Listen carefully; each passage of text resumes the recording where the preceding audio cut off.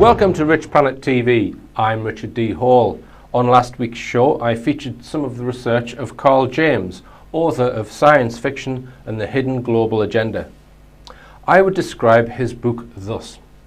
It is a belief held by many that visible governments and other visible establishment ruling bodies are not the real decision makers on this planet. The real governors of the earth prefer to remain hidden from public view and operate through intermediaries, world governments being one of these intermediaries. Another intermediary one might consider being used by the power elite would be the manufacturers of huge blockbuster movies such as Hollywood film companies and producers. The genre of science fiction is one we are all familiar with. But do we really understand why certain science fiction ideas have been promoted to the masses? Today's guest would assert that the global agenda of those who really control this planet have used science fiction for a range of perception management purposes. He joined me last week to talk about Stanley Kubrick, and he joins me again today to talk about Gene Roddenberry, the creator of Star Trek. Kirk to Bridge. Welcome back, Carl James. Thank you very much. Thank you for having me. Now then, we're on dangerous territory of this becoming quite a nerdy sort of show today. But just to talk more generally about science fiction, because I read in your book that you felt that the machine that makes science fiction seems to have changed fairly recently, in that you think it's took a different direction in the way it's trying to steer people. Just tell us about that first. I think principally post 9/11, science fiction is rapidly disappearing. It's being sort of shifted more towards sort of fantasy and paranormal, and we get a lot of sort of witchcraft and that sort of supernatural powers and bloodletting ritual. I mean, certainly if you look at things that get passed as science fiction, which aren't, these things sort of vampirism and werewolves and zombies and all that. I mean, they call it science fiction, but it isn't. It isn't. And, right.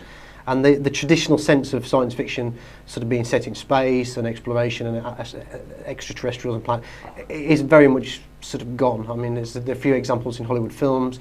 There's one or two television series like Doctor Who maybe, but... So do you have a feeling for why that might be? Why it's changed its focus? Or why the global elite have demanded that the focus change? I kind of see science fiction in a way as being like a sort of a new religion.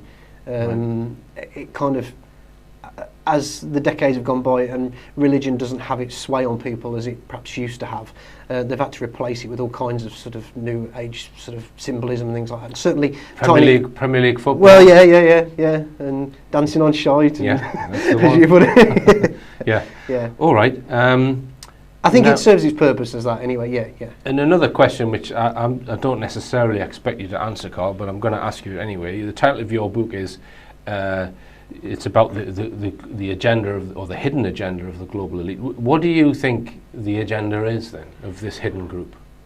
I think it's essentially... It's not an easy question. No, it's not. I mean, certainly in the book I lay it out in several factors. I think there's two overarching parts to it, and it's difficult to sort of label one particular group, or people talk about the Illuminati and all that kind of thing, but I think it's far more complex than that. I think there's lots. I think essentially they're all singing from the same song sheet, but they've got different approaches to it, and I think it's two parts. Essentially, one is control of the masses, perceptions of the masses, and the other half of it, I would certainly say, is the control of our perceptions of reality. So you've got on a day-to-day basis sort of our perception of the world around us, and then the cover-up of the true reality, and that would tie into things like consciousness and energy, and spinning off from that you've got things like free energy as well and things like that. So I would it's muddying that up, so we can't sort of see it for what it really is. I would concur on those two things: the cover-up of certain information, and that might not necessarily mean keeping it hidden. It might mean spinning it in a ridiculous fashion. So the cover-up is more complex than just not letting people see things. But muddying things is also hiding things, but just in a different way. It's just, can't see the wood for the trees, effectively. And I think the other aspect is I use the word fracture society, to break them down so that they will follow shite. and not really think for themselves. I mean, going back to science fiction, for example, you get somebody like Aldous Huxley who talks about constant distraction. I think the world we live in is very much sort of this amalgamation of, on one side of it you've got Orwell's dictatorial 1984, and then you've got Huxley's Brave New World, where everyone's totally hepped up on soma, you know, and they're not, they're just, everyone's just living for the next great distraction, effectively, and you can see that happening in the world today now. Yeah, absolutely. And as you say, there's lots of different methods. I mean, I in my lectures have spoken about how the family is targeted, not by the visible government, but in a whole lot of different identifying differences, and then making the different sections war with each other, therefore dumb them down so that they're chasing their tails and they're not really thinking about what's going on. No. All right, well, how does that link into Star Trek? So, let's, because Gene Roddenberry is the person who was accredited with creating Star Trek. Effectively, yeah. I mean, there were other people involved in it, but largely he's the man that they name as being there. So before we go on to him, we're going to talk about this character, Andrea Paharic. Yeah. Just Paharic, some people call him. But Just tell us about him.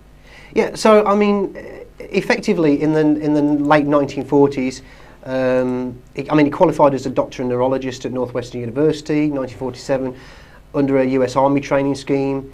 And he established in 1948 this organisation called the Round Table Foundation of Electrobiology in Glen Cove in Maine. It was to study ESP and psychic phenomena and that sort of thing. So, 1952, he meets this Indian mystic chap called Dr. D.G. Vinod, and he channels these things called the 9 principles and forces in the presence of Paharic, and this is tied in later. This is the group called Lab 9, and the idea of the 9 is communication with what some people say are extraterrestrial, some people say extra-dimensional entities, but there's much more to it than that, because if you look at this organisation and what's going on around it, Paharic is, I mean, first of all, you look at the people involved with it. You've got the largest financial contributor of it is Henry Wallace, former US Vice President, responsible for putting the Great Seal on the $1 bill, you know, the Masonic seal. Get Barbara Brompham from the Brompham, a Canadian elite family. Alice Bovary, who's with the Astor family, daughter of the founder of the Astoria Hotel in New York.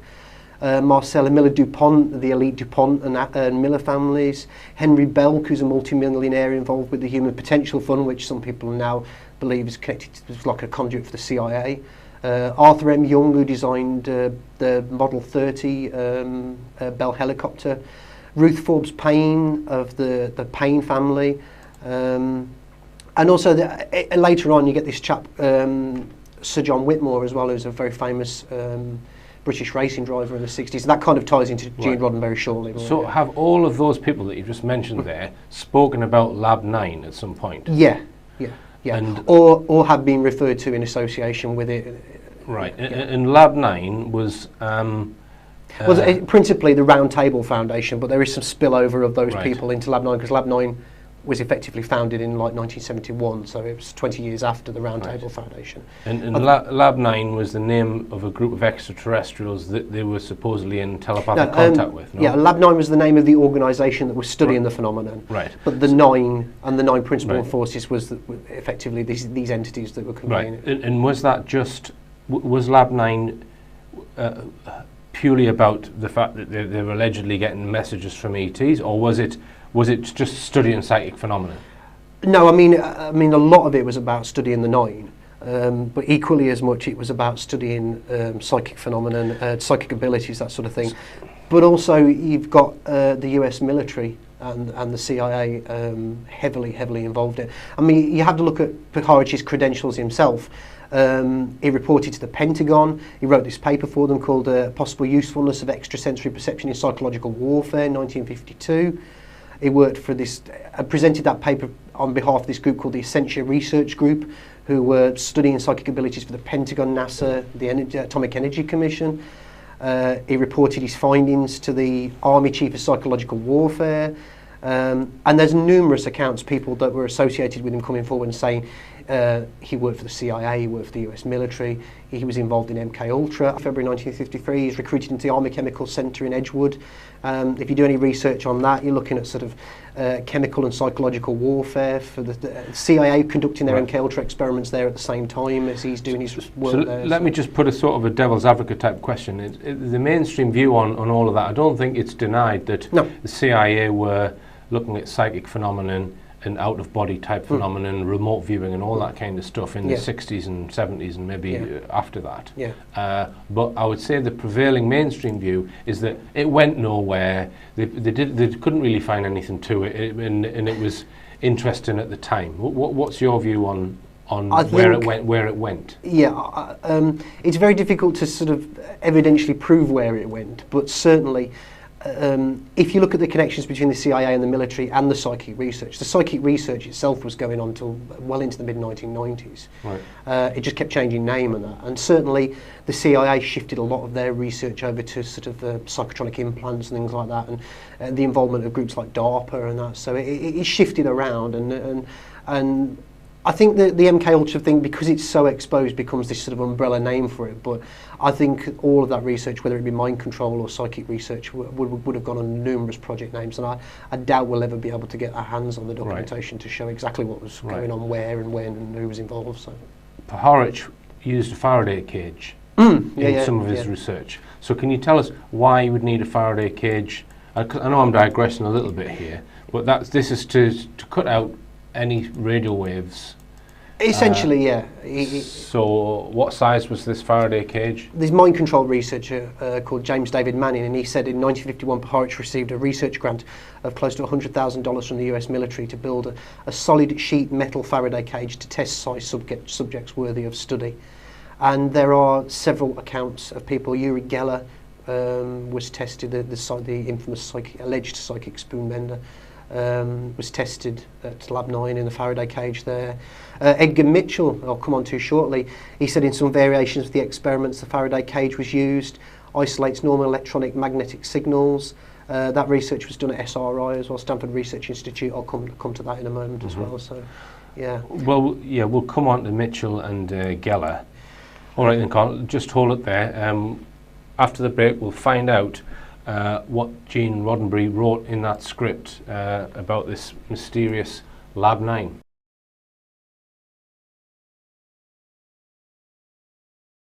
Welcome back. I'm talking to Carl James about the creator of Star Trek, Gene Roddenberry, who in the 1970s was asked to write a script about this mysterious group called Lab 9, which you think was a real group.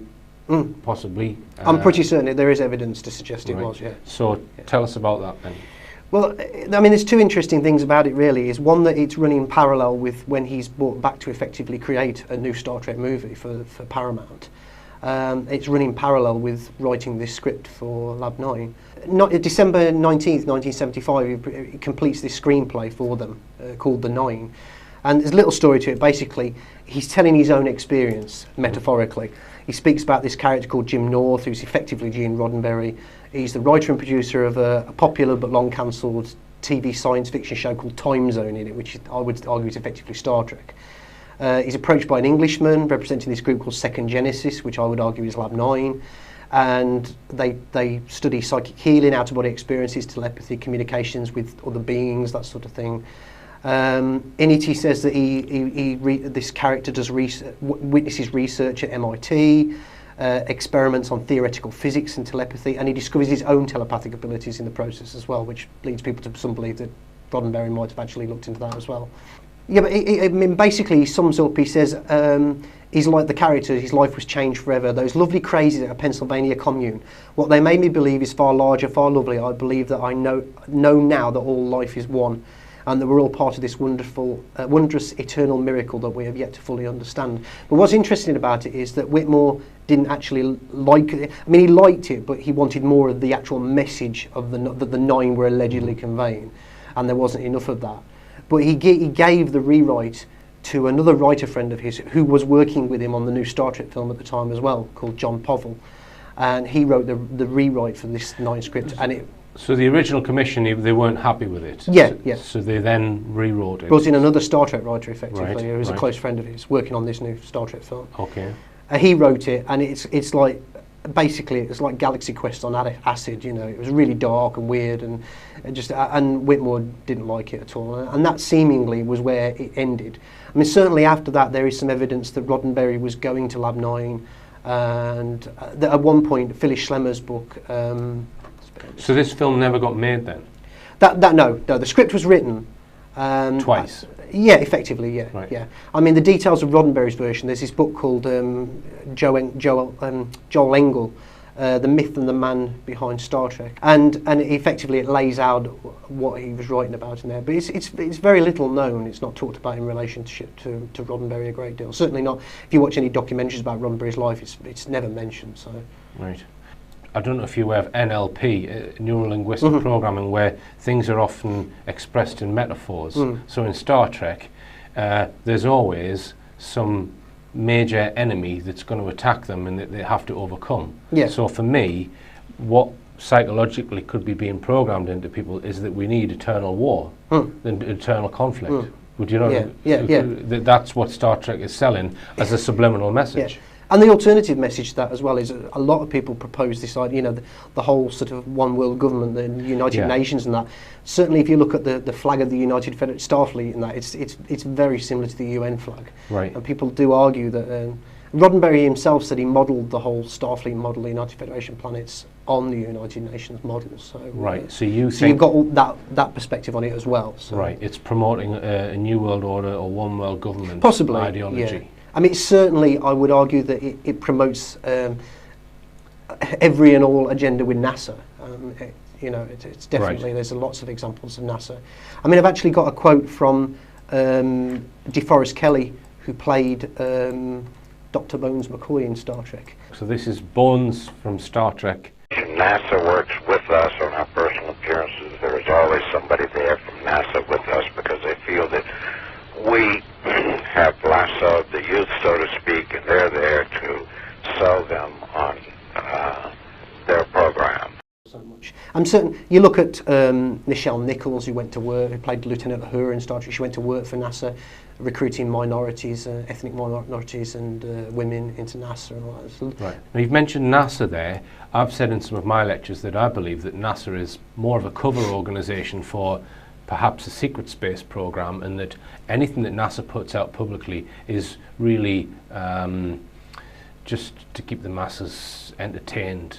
Rockets were designed over 100 years ago now, and this is what they still put out now with their current supposed space technology. So if they've got their representatives trying to manipulate and keep their eye on Star Trek, which has a massive influence over the masses, I think that's I don't think that they're wanting to genuinely represent space technology. I think they're wanting to represent what they want people to think genuine space technology is, not what the real stuff is. So, So you're going to make a point about NASA in relation to Star Trek.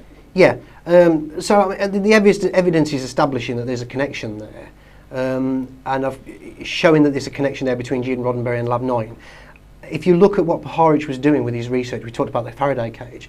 This has actually come from NASA astronaut Gordon Cooper, and Puharich studied these children and adults, and he effectively called them space kids, allegedly testing to see why. I mean, I think there's more to it than that. This is what he stated unequivocally, that NASA administrated a mind control program involving school children called Space Kids that was probably run through an MK program. And Cooper was involved with Lab 9, he went there, he saw the experiments at Lab 9, and in his book Leap of Faith, Cooper identified Puharich as the person responsible for the development of NASA's Space Kids project. Right. Puharich's assistant, Valerie Ranson, approached Cooper to develop the project, said they wanted some of Cooper's network of connections and things like that. So effectively what you're talking about there is there's this belief that Puharich was involved in mind control research, and Cooper is effectively saying that he was working for NASA on that type of research. So it's an additional spin on what NASA may have been up to at that point in time.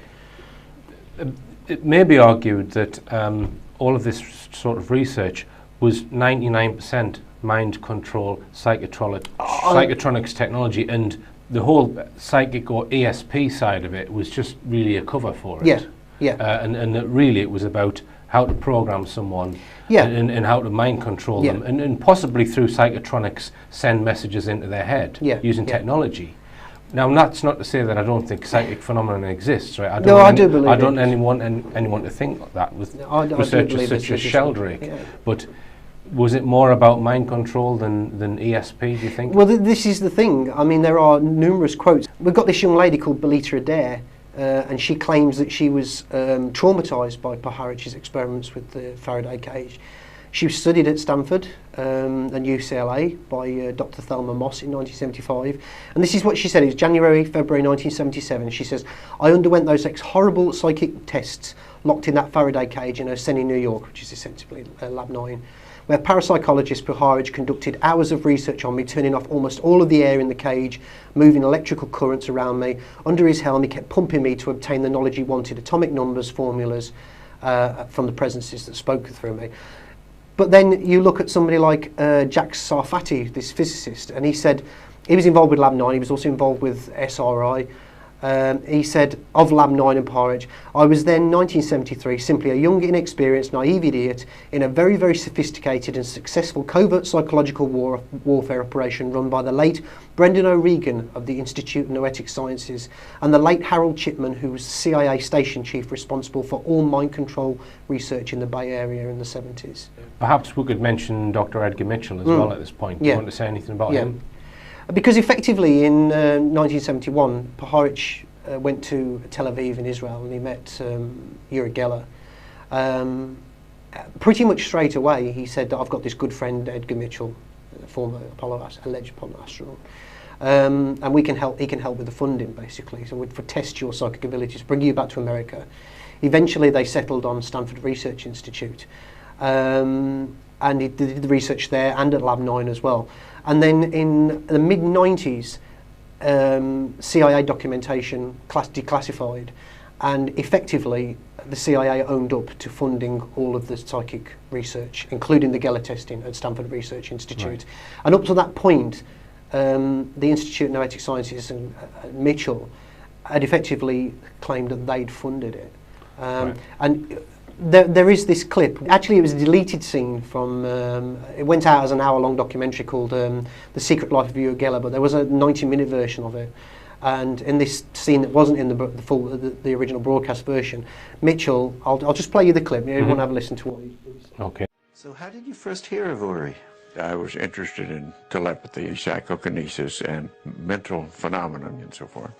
An American physician by the name of Andrea Puharich called me after I came back from the moon and said, "I found this rather amazing Israeli young man who can do these sorts of things. Would you like to study him?" And I was intrigued, and I told him, yes, bring him to the States and let's take a look.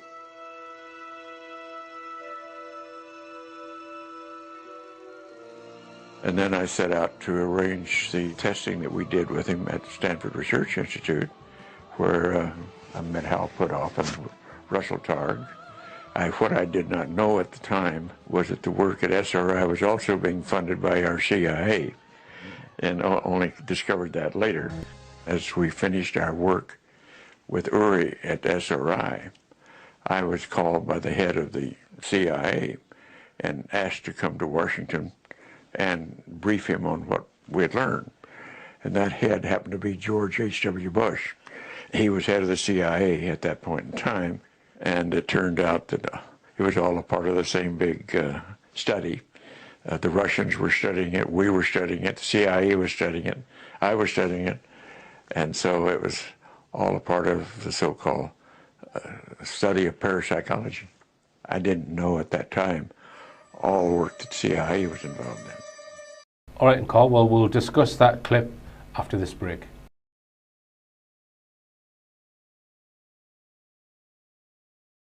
Welcome back. I'm talking to Carl James about the CIA's alleged research into mind control, but also ESP and psychic phenomena. and we were discussing Dr. Edgar Mitchell and Uri Geller, because he's alleged to have brought Uri Geller over to the United States. and Mitchell did it. To have to be tested. Now, you want my opinion of Uri Geller? I just think he's a showman. That's my opinion of him. I don't know whether he's got any psychic ability, but I think he could well have been chosen to fool people into thinking that they were investigating it. I don't know. Yeah, I mean, it could well be that there was a cover. I mean, I'm very much open to this idea of remote viewing and that sort of thing. I think maybe there is something to it, very much so. But I think it's not so much about what happened with Geller there. It's more about the fact that whatever was going on there, under what sort of cover it ever was being funded by the CIA. September 6, 1995, CIA majority funding of the research was revealed, a public affairs statement. And then they found out additional funding came from US Army Intelligence Security Command, the DIA, the US Air Force, the US Navy, and again NASA. And like in the former clip, you can see Edgar Mitchell saying he'd previously claimed that they'd funded it. But then Mitchell begins reiterating this idea that he was not aware of the CIA involvement until after the testing had been concluded. But there are a couple of points to be made there with this. I mean, they're worth thinking about. There's this quote from the book Phenomenal World by Joan Dark. Basically, she's quoting the research of Ronald M. McRae. She said in his book, Mind Wars, The True Story of Government Research into Military Potential of Psychic Warfare, some interesting things to say about Edgar Mitchell and ions. He writes that George Bush, while director of the CIA, was approached by Mitchell, a personal friend for many years. McRae writes that Bush gave Mitchell permission to organise high-level seminars at the CIA to discuss possible intelligence applications of parapsychology. Despite this support, according to McRae, parapsychology research was never quite institutionalised at the CIA, i.e. it had never had its own department or centralised location, but was pursued as scattered research projects. McRae notes that Mitchell implicated bureaucratic inertia as the problem. Mitchell stated, "We just couldn't get the actors together." That's an interesting word, that is, actors. Right. There was always one bureaucratic bottleneck or another. Apparently the problem was solved. The program moved to SRI and the Institute of Neurotic Sciences and other known CIA cutouts. So effectively he's saying there that Mitchell was involved with the idea beforehand at the CIA. And Mitchell, in fairness, Mitchell has actually owned up to the fact that he debriefed George Bush. But again, he said I did it after the Geller testing, after we knew that... And there are other things about Mitchell which you can, if you watch this particular Rich Planet program, the link's on the screen there, you'll find out some things about Dr. There's Brewster Palmer Mitchell, with the N machine and things like that. Which cast aspersions against what his agendas really are about. And in your notes you say, under hypnotic guidance from Horwich, Geller speaks of a vast entity, stroke consciousness, supercomputer located aboard a spacecraft, blah, blah, blah. Right? Under hypnotic guidance from Horwich. So Uri Geller is speaking under hypnotic guidance from I mean, Horwich. those Horwich's own words in The Sacred Mushroom. Uri, the book Uri. Right. He admits that he put... his claim is that he put Geller under hypnotic guidance. But that idea of these machine entities, it crops up so much in the SRI, the Lab 9 scene. You get Jack Sarfati, who talks about receiving a telephone call from this machine entity saying he's on a spaceship coming to the Earth in 1952, 53, something like that. Geller saying the same thing. And then effectively, Star Trek the Motion Picture is that story. I mean, you could argue that even if he didn't get to write the screenplay for the 9, certainly some of those ideas bled through into Star Trek the Motion Picture, because you have this Vija entity who's coming back to Earth, these vast super intelligence in the film, and what's seeking out its creator and all this kind of thing. Every version through the late 70s of that film talks about this idea of... Well, let's just mention Star Trek and Roddenberry, the fact that he lost control, or creative control over it, right?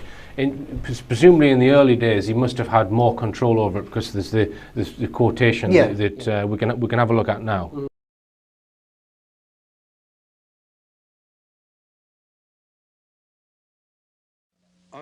They're going to do a new one. It'll probably be shot on a high budget TV movie. Then if it has the ability to do it, they'll put it in the theaters or they'll keep it in TV. I'm not going to do it. They will not give me the creative controls I had on the early shows.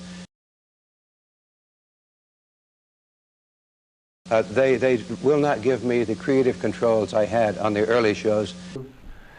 Right. So clearly, what he seems to be saying there is that he was the creative force behind Star Trek. But then at some point they said, no, it's too important. Essentially, it would have been after Star Trek: The Motion Picture, which is why I find it odd that you've got all this Lab 9 stuff connected to, and the message of the 9 connected to the CIA and the military and NASA and all that.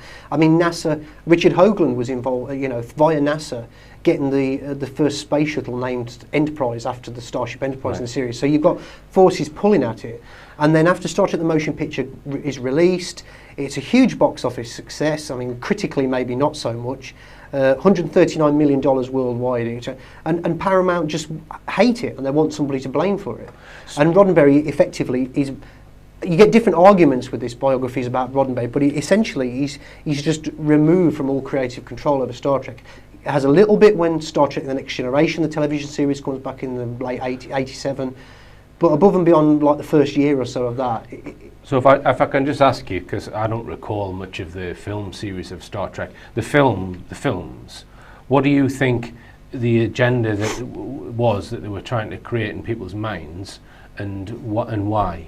What was the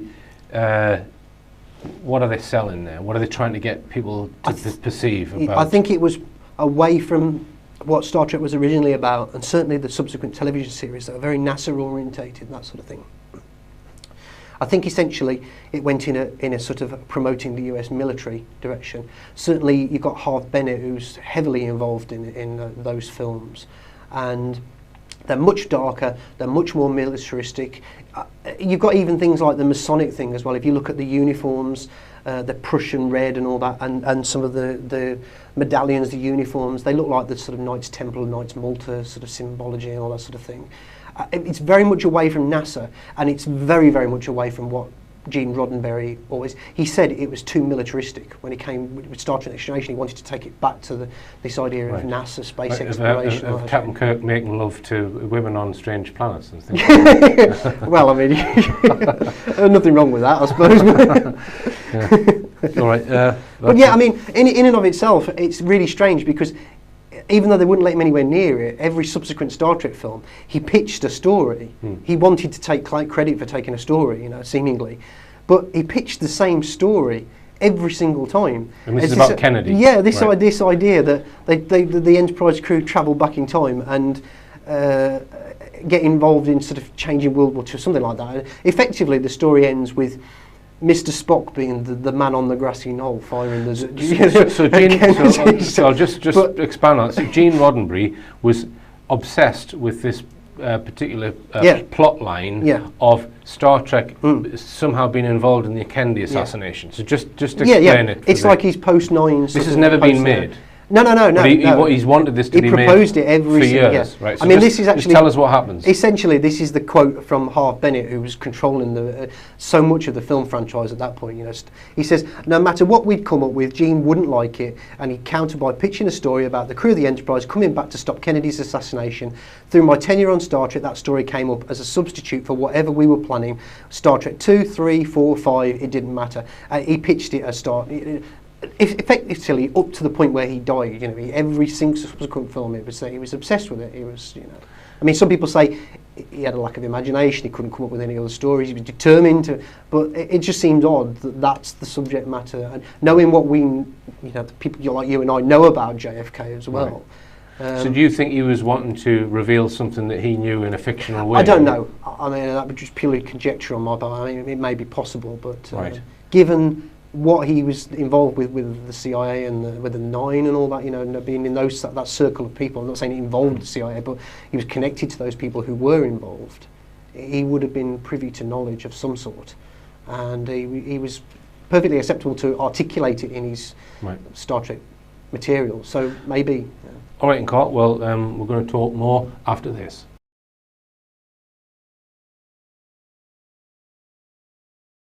I'm talking to Carl James about Star Trek, and we're trying to really, I guess, in this untangle fact from fiction. This what it's about, isn't it? Yeah, it's a very elaborate web of, and we were talking about psychological operations, and with films such as The War of the Worlds. So just tell us why you think that was a psychological operation. I mean, in my book, I've noted that it kind of comes out whenever you get these cultural shifts. The 50s, War of the Worlds, at the height of the Cold War, you get Steven Spielberg's War of the Worlds, which is very much sort of looking at, sort of allegorically looking at 9/11. I mean, you got, you know, the little girl saying, "Is it the terrorists? Is it the terrorists?" You know, when these aliens are attacking, all that. It's pushing that sort of that worldview effectively. You know, the official story of. But you go back to the original radio broadcast in 1938 of the War of the Worlds.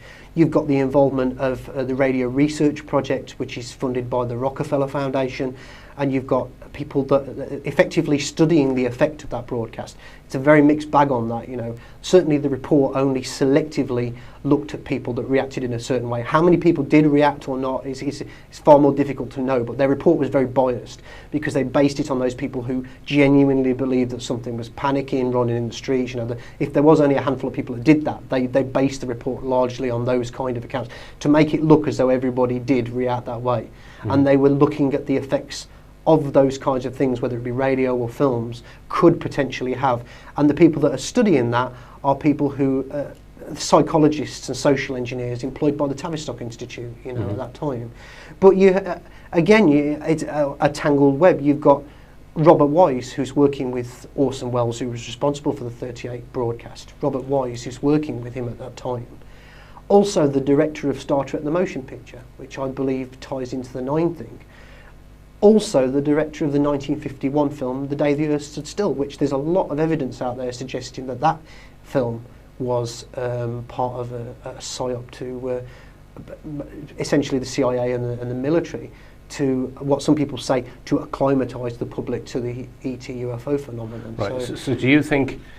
So he's employed on multiple levels. You know? You don't think it's just acclimatising people to the fact that they want to build more weapons in general, and that there may be no ET threat? They're just trying to say, well, there might be one in the future, so we really need to be armed to the hilt. What do you think is the reason that they're making these as psychological operations, if that's what they are? What are they trying to do? I mean, are they genuinely acclimatising people? I really don't know. I mean, I really don't know. I mean, certainly the CIA, if you look at the Robertson panel and things like that, you know, the Durant report and all that, you know, the CIA have muddied it so much. It's difficult to know whether they ever did believe, or they wanted people to believe, or they wanted people not to believe, or you're coming at it from all angles there. Yeah, I think it goes back to what we said at the beginning, where there's a core truth to all this, to the UFO phenomenon, to out-of-body or otherworldly which experiences. We're not allowed to be sort of privy to. And even if we think we are, you have agencies and individuals who are muddying that, spreading disinformation. So even if we think, we're getting a bit closer to it now, we're starting to get an idea on what's going on, we're really, really not, you know. Yeah, and to be honest, you're getting a closer glimpse of it, but not. I don't go to the cinema. I can't even remember the last time I was in the cinema or watched a film on TV. It's I guess because I'm aware that it's been made by people with an agenda, for nefarious agendas, I would suggest. But that's the interesting thing, because I have been a lifelong science fiction fan. I really have always enjoyed it. I'm an avid science fiction fan.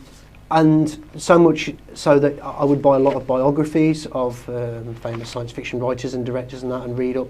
And as I started my journey into sort of alternative knowledge, I started to recognise certain names, and I remembered these names and thinking, I'm sure I read that in this biography about Gene Roddenberry, for example, or something like that. That person is into some really, really strange stuff here. Why is Gene Roddenberry, as that example, but it applies to a lot of other people as well. So I'm connecting the dots in, and so it's changing my perspective on science fiction then, you know. It's not something then that you can just kick back, have your popcorn and have a drink and just enjoy it, you know. There's something being subtly, and you have to ask the question. I mean, it doesn't apply to just Star Wars, but Star Trek, but you look at Star Wars as well. These are huge franchises, and people are almost mesmerised by them. You know, the fandom, even people that aren't dedicated fans, you know, they are multi-million, billion-dollar, industries. So if we can come a little bit more up to date, I saw that there was a new film about Mars. Now, as I said, I tend not to have any interest. I prefer facts and evidence. Well, I do, but it tends to be the best way to find the truth, rather than watching a film. But what's going on in this latest Mars film? It's about some guy who gets stranded and he has to grow his own food on Mars. Yeah, Matt Damon. Right. Yeah. So have you got any comment on that? Well, I know that NASA are heavily involved in it, and they tend to do that quite a bit. As we've already shown with Star Trek. What agenda, I don't know, but I find it very, very telling that you recently have had Matt Damon on videos on YouTube where he's talking about the Occupy movement and the 1% and things like that, and he's talking about the New World Order, and he's talking about, I'm paraphrasing him here, but organised revolution and all this kind of thing, and fighting back against it. I mean, somebody who's got that, a load of money that he's got, why isn't he digging into his pocket and paying for the 1%, or 99%? You know what I mean? It's double standards, and also if you look at him himself and you look at the connections he's got. I can't remember them off the top of my head, but this circle of people that, if you look at genealogy, there's numerous genealogy websites, you can see that they're all effectively related to each other. Looking at Brad Pitt, his wife Angelina Jolie, who's involved with like the Council on Foreign Relations and all that, and United Nations, and these are people that are going off and doing charitable work for the United Nations in Africa, and some people believe that some of it's involved with gun running and all this drug dealing, all sorts of things. It's crazy stuff, So it's they've got to have their controlled opposition, of course, to soak up that interest. I mean, we have Charlotte Church and Russell Brand in the UK, don't we? Charlotte Church, who, if you watch her Leveson inquiry testimony, it's just drools over Rupert Murdoch's wealth, and then suddenly she's there with her placard. Come on, it's hilarious. All right, so I've digressed a bit. I mean, there is one very, very important point to note with that film. It's directed by Ridley Scott. Ridley Scott has got huge connections to the US military and the CIA. His brother Tony Scott directed Top Gun, which was effectively a huge propaganda film for the US Air Force and that sort of thing. Was about to direct a sequel to it just before he died under very, very suspicious circumstances. I've documented a lot of the articles that were published at the time of his death. It just does not make any sense at all what actually... the story is so contradictory as to whether this cancer that he had. And Ridley Scott himself as well has directed a promotional film for the charity Common Purpose that Brian Gerrish has talked about a lot. So he's heavily associated with what I generally sort of loosely call the agenda players. Right. We've mentioned Mars because I've done talks about the images from the alleged Mars rovers, and I'm still not fully decided, but I think there's very strong evidence that certainly the Mars rovers are in the Canadian Arctic somewhere. They're not on Mars. If you want to see evidence for that claim, watch this talk from this link on the screen there, and so. But I guess this current Mars film was probably in production some years ago, I would imagine. I think the novel that the film is based on is fairly recent. It's only a couple of years old, so and I think it's quite sort of close to the novel. But it's interesting that you should mention that, and you can tie it back to Star Trek for a moment as well, because I think Andrew Johnson talked about this briefly when he was talking about, I think it was that show. You look at, say, for example, Robert Picardo, who played the holographic Doctor on Star Trek Voyager, involved with the Planetary Society, very good friends with Bill Nye, the science guy, or Science Shill as I call him, and they're heavily promoting the NASA, the Mars rovers and all this kind of thing. It's a pleasure for me to meet people who work in NASA, particularly in Jet Propulsion Laboratory, because that's where I'm closest to, and I've visited there many times, who grew up watching Star Trek.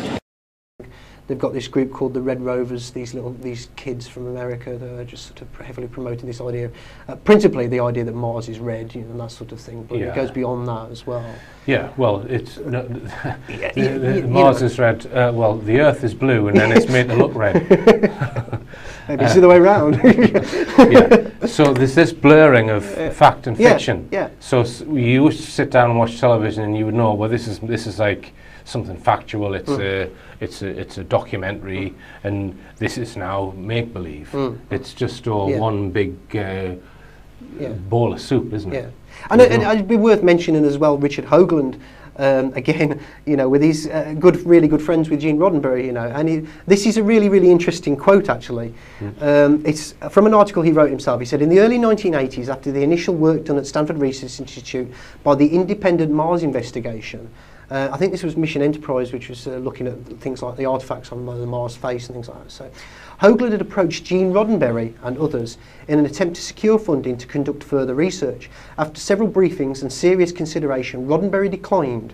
What was peculiar about this was not so much that a man with such intense curiosity about the universe and man's place in it would decline, but rather the reasons he cited for it. And he said, "I'm sorry, Dick," he said at the time, "but that would really make things complicated for me." Just what or who those complications were, he did not reveal. Right.